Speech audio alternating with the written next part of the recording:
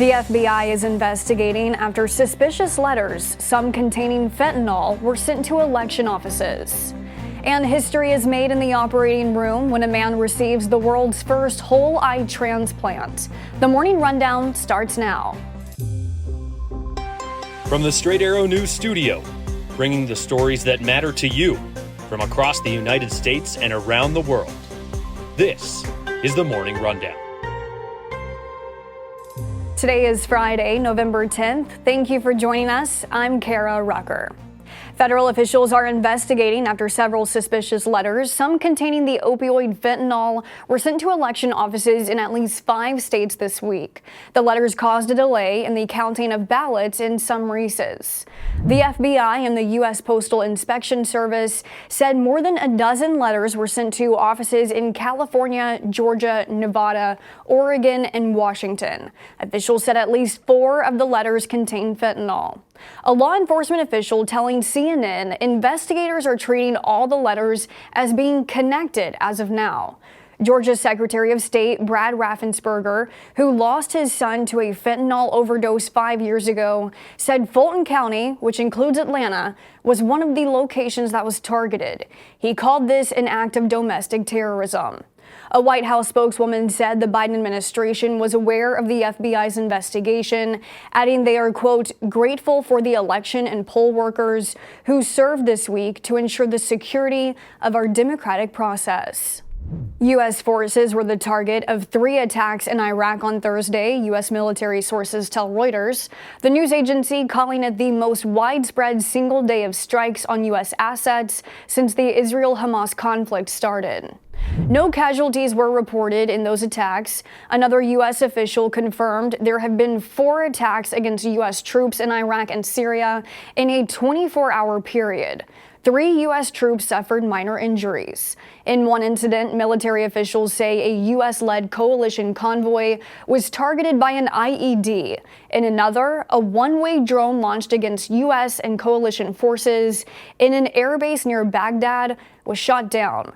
Since early October, U.S. and coalition troops have been attacked at least 40 times in Iraq and Syria, with at least 56 U.S. personnel being injured. The U.S. blames these attacks on Iranian-backed groups, a claim Iran denies. Also on Thursday, the White House announced Israel has agreed to implement 4-hour daily humanitarian pauses in northern Gaza. The pauses will help Gaza civilians to flee the fighting through 2 corridors. You can find a full report on the humanitarian pauses now on our website, san.com. Democratic Senator Joe Manchin has announced he will not be running for re-election in 2024. His announcement comes as Democrats scored victories in several states following Election Day on Tuesday, but marks an opportunity for the GOP to cut into the Democrats' slim majority in the Senate in 2024. I believe in my heart of hearts that I have accomplished what I set out to do for West Virginia. I have made one of the toughest decisions of my life and decided that I will not be running for re-election to the United States Senate.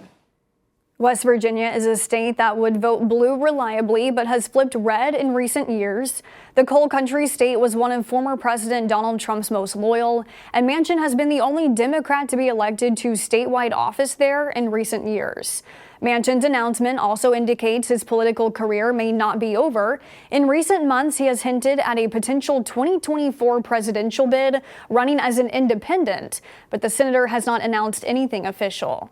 The Associated Press reporting that a draft committee is pushing for Mitt Romney and Joe Manchin to team up for the 2024 presidential election.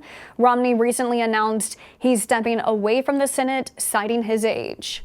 General Motors' self-driving division Cruise announced a round of layoffs on Thursday, according to CNBC, just days after the company said it was recalling 950 of its autonomous vehicles for a software update. The cuts include contract workers who help with cleaning vehicles and fielding customer support questions. GM issued the recall of the robo-taxis earlier this week following a driverless car dragging a pedestrian in San Francisco after the victim had already been struck by another driver. Following the October 2nd crash, California regulators found cruise cars posed a danger to public safety and suspended its deployment and testing permits in the state. U.S. regulators are also investigating Cruise following other pedestrian injuries. With the software update, GM says Cruise vehicles will remain stationary should an incident like the October crash occur in the future. Female-focused website Jezebel is shutting down after 16 years. Parent company GO Media made the announcement Thursday, saying 23 employees will be laid off as part of a broader restructuring of its digital news outlets.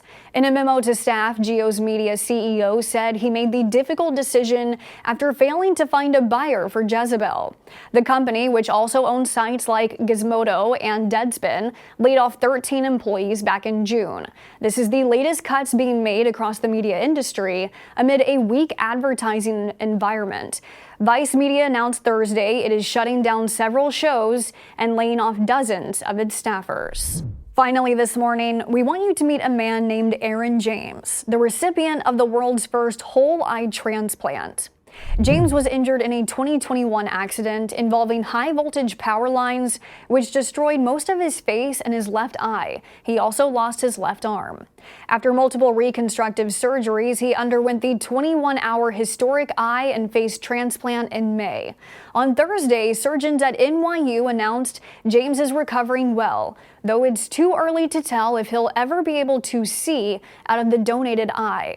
The man from Arkansas telling reporters he's feeling good, and while he can't blink yet in his left eye, he is starting to feel sensation and says he's taking it one day at a time. These are your top stories for this Friday, and many of you are now getting the Morning Rundown newsletter in your inbox each weekday. If you aren't just yet, go to san.com/rundown to sign up. Unbiased, straight facts, that's Straight Arrow News. We'll see you back here on Monday. Until then, I'm Kara Rucker. Have a great weekend.